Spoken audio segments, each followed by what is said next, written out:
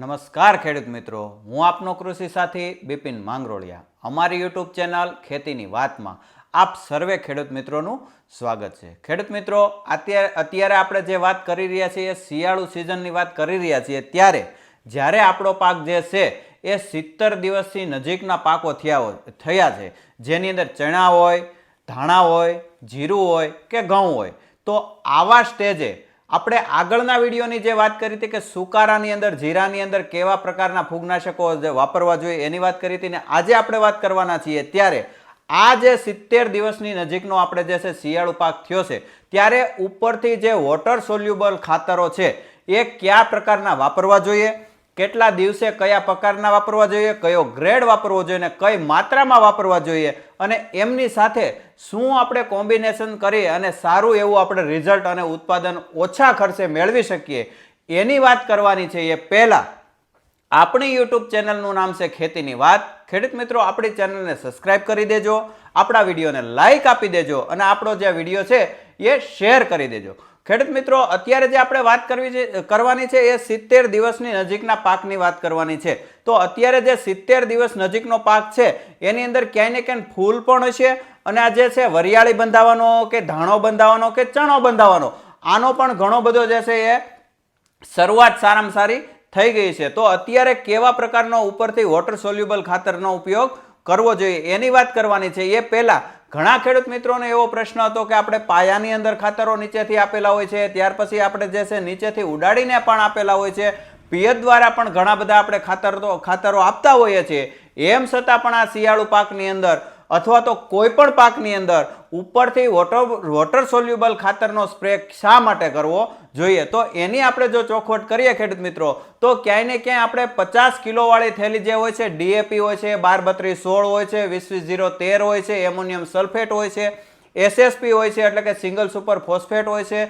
મહાધનનું 24-24 હોય છે, આવા ઘણા બધા જે છે એ ખાતરો આપણે નીચેથી આપીએ છીએ. પણ જ્યારે નીચેથી આપીએ છીએ એ 50 કિલોની એક ગુણ આપીએ છીએ, એક થેલી આપણે જ્યારે નીચેથી આપીએ છીએ, ત્યારે ખેડૂત મિત્રો આપણો જે પાક છે એ પૂરેપૂરું જે છે એ ખોરાક ઉપાડી શકતો નથી. એટલે એ જે ખાતર છે એ અલભ્ય સ્વરૂપની અંદર ફેરવાય અને આપણી જમીનની અંદર પડ્યા રહે છે, અને અંતે જમીનનો પણ બગાડ થાય છે, અને આપણે જે છે ખેતી ખર્ચ વધે છે, અને જે આપણે ઉત્પાદન વધારો લેવો જોઈએ એ પણ આવી શકતો નથી. કારણ કે આપણો જે જમીનનો પીએચ આંક હોય છે એ ક્યાંય ને ક્યાંય વધ અથવા ઘટ હોય છે, એના કારણે જે પોષક તત્વો ઉપડવા જોઈએ ઉપડતા નથી. એના કારણે ઓછા ખર્ચે વધારે ઉત્પાદન લેવા માટે થઈ અને વોટર સોલ્યુબલ ખાતરોનો ઉપયોગ કરવો જોઈએ. ખેડૂત મિત્રો, અત્યારે 70 દિવસનો પાક છે, ફૂલની સંખ્યા પણ દેખાય છે, દાણો બંધાવવાની શરૂઆત પણ છે, તો આપણે વાપરી દેવો જોઈએ. એની અંદર છે 05234 પ્રતિ પંપ 100 ગ્રામ લેખે નાખી અને આનો સ્પ્રે કરવામાં આવે તો ક્યાંય ને ક્યાંય ફૂટ, ફ્લાવરિંગ અને દાણો બંધાવવાની જે શરૂઆત હશે એમાં ખૂબ જ સારા રિઝલ્ટો મળતા હોય છે. આ ખૂબ જાણીતી પ્રોડક્ટ છે 05234, બધા જ ખેડૂતો ઓળખતા છે. પ્રતિ પંપે આપણે 100 ગ્રામ લેખે આનો ઉપયોગ કરવો જોઈએ. આ અત્યારે તમને બતાવવાનો પ્રયત્ન કરી રહ્યો છું. એક કોરોમંડલનું જે છે એ ગ્રોમર સ્પ્રેયર કરીને છે, જે 05234 છે, એટલે કે 52% આની અંદર ફોસ્ફરસ છે અને 34% પોટાશ છે.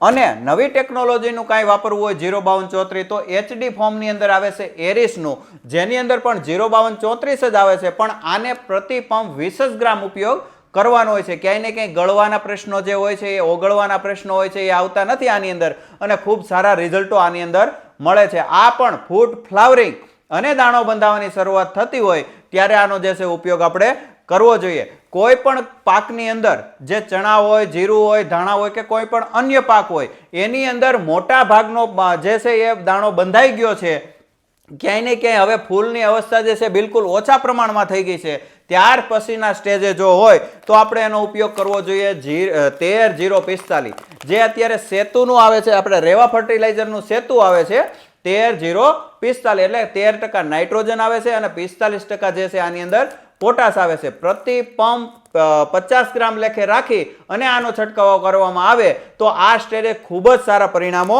મળતા હોય છે. ખેડૂત મિત્રો, પાકની અવસ્થા, કયો પાક છે, આપણી જમીનની તાસીર, ક્યારે આપણે એમને પિયત આપ્યું છે, કેટલી અત્યારે આપણે ફ્લાવરિંગની સંખ્યા એટલે કે ફૂલની સંખ્યા છે, કેટલા પ્રમાણમાં દાણા બંધાઈ ગયા છે, કેટલા બંધાઈ ગયા છે, આના પ્રમાણે આપણે જે છે વોટર સોલ્યુબલ ખાતરોનો ઉપયોગ કરવો જોઈએ. ક્યાંય ને ક્યાંય આપણે આ જે છે વોટર સોલ્યુબલ ખાતરોનો ઉપયોગ કરવામાં જો દિવસો અને પાકની અવસ્થા પ્રમાણે આપણે ફેરબદલ કરીએ તો આના પરિણામો વિપરીત પણ મળતા હોય છે.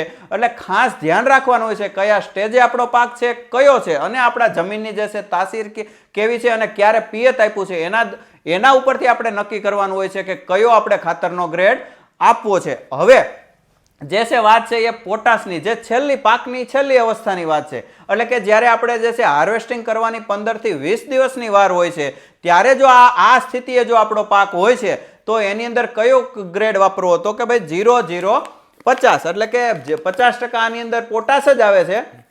0050 છેલ્લી અવસ્થાએ આનો સ્પ્રે કરવાનો હોય છે. આનો પણ પ્રતિ પંપ 100 ગ્રામ લેખે રાખી અને જો આનો ઉપયોગ કરવામાં આવે તો ખૂબ સારો દાણો બંધાવવામાં, દાણો મોટો કરવામાં, દાણાની લાઇટિંગ વધારવામાં અને બજાર ભાવ પણ વધારે મેળવવા માટે આપણે છેલ્લે 0050 નો ઉપયોગ અવશ્ય કરવો જોઈએ. અને છેલ્લા સ્ટેજે એમની સાથે શું વાપરવું જોઈએ, તો કે જે છે સુમિટોમો કંપનીનું પ્રોજીપ, આ 12.5 ગ્રામની જે છે પડીકી આવે છે, આના 10 થી 12 પંપ આમની સાથે આમની જોડી કરી અને જો આનો સ્પ્રે કરવામાં આવે તો ખૂબ સારા રિઝલ્ટો મળતા હોય છે. ખેડૂત મિત્રો, આ જે વોટર સોલ્યુબલ આપણે જે ખાતરો વાપરવાની વાત કરીએ છીએ ક્યાંય ને ક્યાંય ઓછા ખર્ચે વધારે ઉત્પાદન આપતા હોય છે.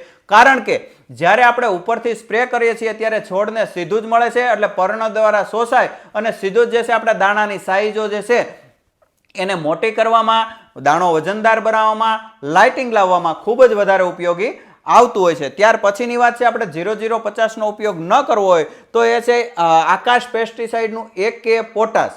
આનો માત્ર ને માત્ર પ્રતિ પંપ આપણે 18 ગ્રામ લેખે જ ઉપયોગ કરવાનો છે. પણ આના જોરદાર રિઝલ્ટો મળે છે. જે સિંગની અંદર, મગફળીની અંદર અમે જેનો આનો ઉપયોગ કરાયો હતો, છેલ્લે 2 સ્પ્રે જેમને થઈ ગયા હતા એમને કાયદેસર જે છે ટેકાના ભાવની અંદર મગફળી આપવાની હોય, મગફળીનો ઉતારો કાઢવાનો હોય, તેલની ટકાવારી વધારે કરવાની હોય, તો આની અંદરથી ખેડૂતોના રિવ્યુ ખૂબ જ સારા આવેલા હતા કે ભાઈ છેલ્લે જે પોટાશના આપણે જે 1 પોટાશના સ્પ્રે કર્યા હતા તો એનો કાયદેસરનો આપણને ફરક દેખાણો હતો. એમની સાથે પણ આપણે પ્રોજીબનો ઉપયોગ કરી શકીએ છીએ. દાણાની સાઈઝ વધારવા માટે આમની જરૂરિયાત હોય છે. આ જિબ્રેલિક એસિડ છે, સુમિટોમો કંપનીનું છે અને આપણે જે ભલામણ કરી એ પ્રમાણે આને વાપરવાથી ખૂબ જ સારા પરિણામો મળતા હોય છે. પણ ખેડૂત મિત્રો, આપણે 05234 ની વાત કરી, આપણે 13045 ની વાત કરી, ત્યાર પછી 0050 ની વાત કરી. આમની સાથે હોર્મોન્સ વાપરવા ખૂબ જરૂરી હોય છે.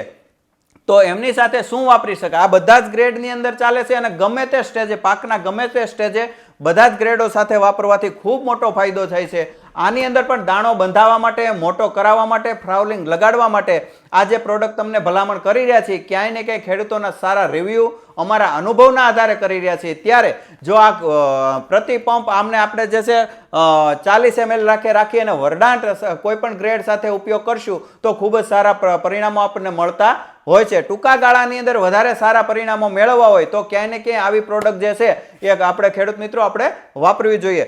વરદાંટ છે, ત્યાર પછી છે ડ્રીમફિલ્ડનું ખજાના.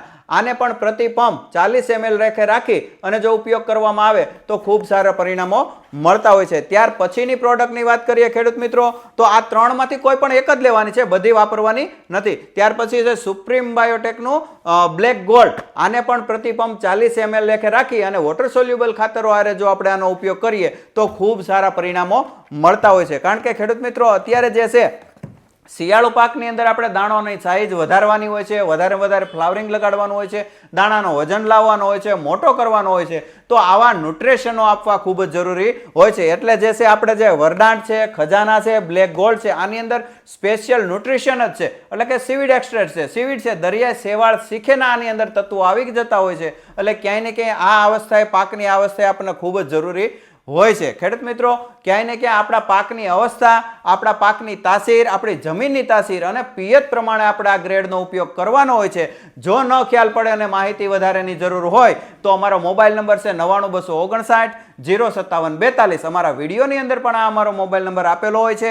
અથવા તો આ મોબાઈલ નંબર ઉપર તમે અમને કોલ કરી અથવા વોટ્સએપ દ્વારા તમે જે છે મેસેજ કરી અને માહિતી લઈ શકો છો. અને અમારી શોપનું નામ છે શ્રી રામદેવ એગ્રો સેન્ટર, ચિત્તલ, તાલુકો જિલ્લો અમરેલી. જો અમારા વિસ્તારની નજીક હો તો અમારા શોપની પણ તમે રૂબરૂ મુલાકાત લઈ શકો છો. આવીને આવી માહિતી લઈને તમારા સમક્ષ આવતા રહેશું. રજા આપશો. નમસ્કાર.